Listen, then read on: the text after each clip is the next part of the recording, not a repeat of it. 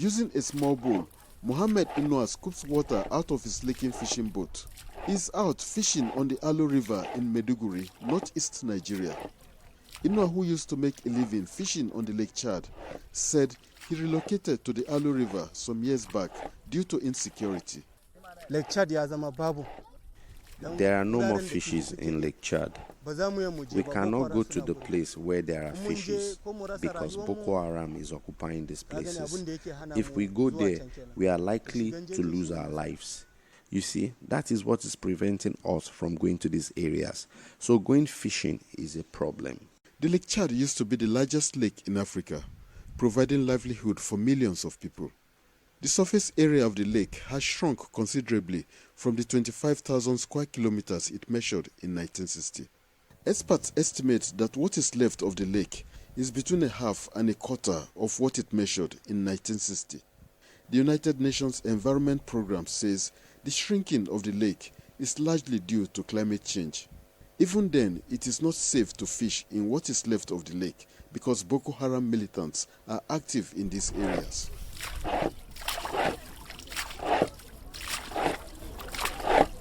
Like Inua, thousands of other fishermen moved away from the Lake Chad because the lake has shrunk and also because of the insecurity caused by Boko Haram. Inua said most fishermen who made a living from the lake in the past are now living in poverty. Many people are idle. They are merely sitting down in the city. You rely on people to give you food, which you and your family will eat.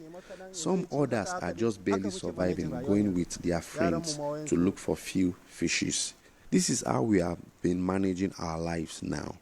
Some of our children have been stopped from going to school because we get very few fishes.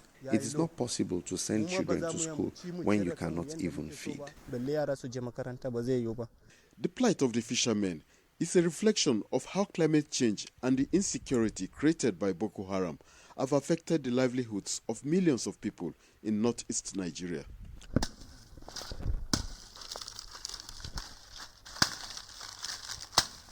Umar Garba farms on a small piece of land in Maiduguri. He relocated from Mafa, his village, to Maiduguri due to insecurity there. He said back home, he used to have a thriving farming business. He said many farmers are out of job because of insecurity caused by Boko Haram and drought. Experts say the drought is caused by climate change. Garba says many farmers have even joined Boko Haram in order to survive. There are no crops in the farms. No crops at all in the farms. The whole place is dried. You can hardly find water. When the place became dried, Boko Haram members were disturbing people to give them their farm product like guinea corn, millet, and rice. When their food got exhausted, they said, okay, if it is possible to join you, we shall work with you so you can give us food.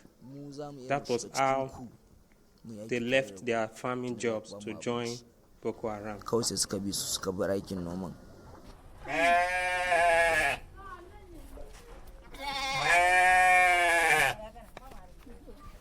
Livestock production is another main occupation in northeast Nigeria. Like farming and fishing, livestock production has been seriously affected by climate change and insecurity in the region. The resultant poverty from this loss of livelihood is providing easy recruits for Boko Haram militants. Philip Jakbo of the Environmental Rights Action says climate change adaptation measures are the best option to restore lost livelihoods. But he says no climate change adaptation measure will be possible in a place like the Lake Chad due to the insecurity Boko Haram poses. The regeneration of the Lake Chad cannot happen except there's peace. And then whatever policies you want to introduce can work. If you don't stop that war, if you don't stop that violence, nothing meaningful can come out of any effort you put on to mitigate the impact of climate change. You need a climate of peace. Then measures to tackle climate change can then be put in place and they will be effective. The situation in northeast Nigeria is one of Africa's most striking examples of how insecurity and climate change have combined to negatively change the lives of ordinary people who over the years have survived with fishing, farming and livestock production.